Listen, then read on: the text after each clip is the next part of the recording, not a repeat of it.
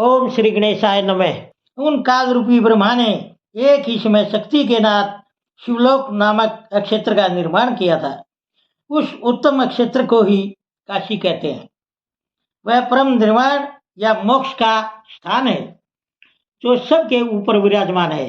वे प्रियतम रूप शक्ति और शिव जो परमानंद स्वरूप है उस मनोरम क्षेत्र में नित्य निवास करते हैं। काशीपुरी परमानंद रूपिणी है।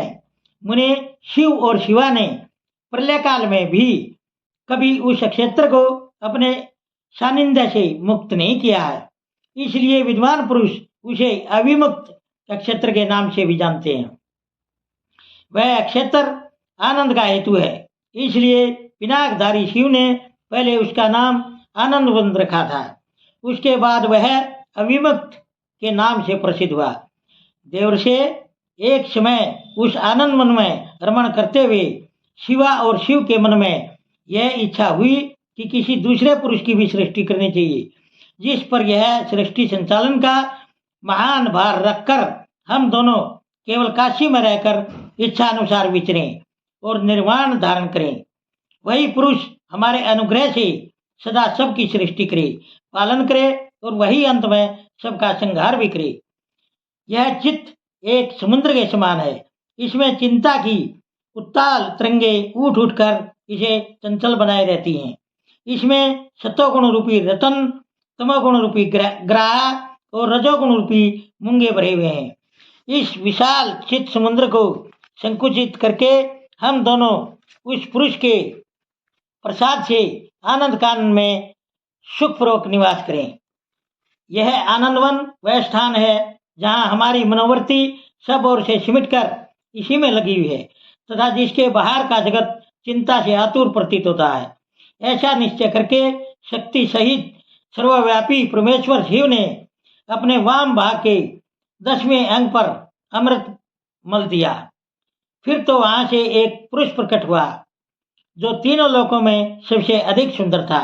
वह शांत था, उसमें सत्वगुण की अधिकता थी तथा वह गंभीरता का अथाह सागर था। मुने अक्षमा नामक गुण से युक्त उस पुरुष के लिए ढूंढने पर भी कहीं कोई उपमा नहीं मिलती थी। उसकी कांति इंद्रनील मणि के समान श्याम थी। उसके अंग अंग से दिव्य शोभा छटक रही थी और नेत्र प्रफुल्ल कमल के समान शोभा पा रहे थे। श्रीअंगों पर सुवर्ण की सी कांति वाले 2 सुंदर रेशमी पीताम्बर शोभा दे रहे थे। किसी से भी पराजित न होने वाला वह वीर पुरुष अपने प्रचंड भुजदंडों से सुशोभित हो रहा था। तदंतर उस पुरुष ने परमेश्वर शिव को प्रणाम करके कहा, स्वामी मेरा नाम निश्चित कीजिए और काम बताइए।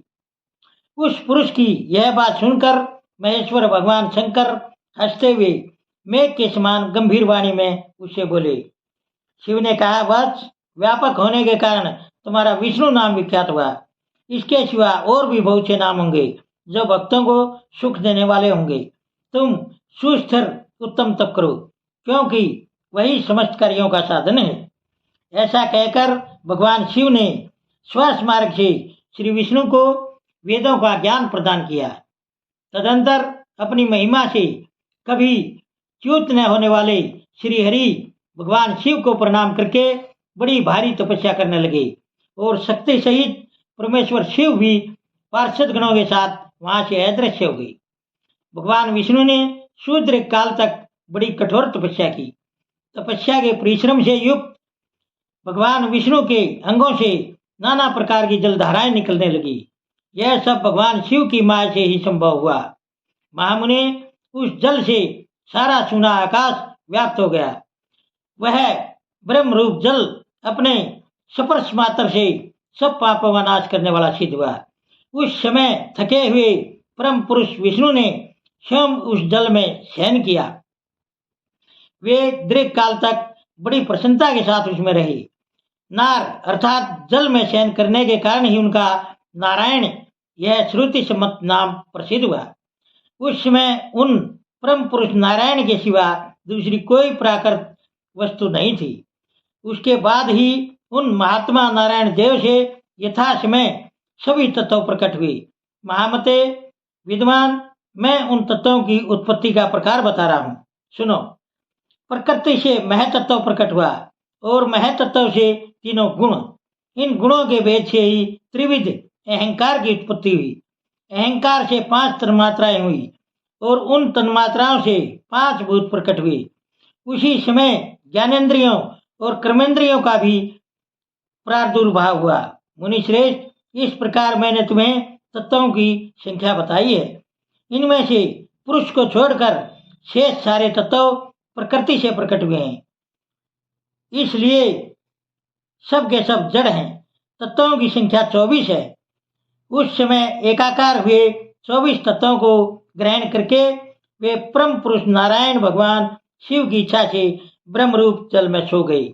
ओम नमः शिवाय। दोस्तों, सभी तरह की धार्मिक वीडियो देखने के लिए बने रहिए हमारे YouTube चैनल धार्मिक वाणी पर। धन्यवाद।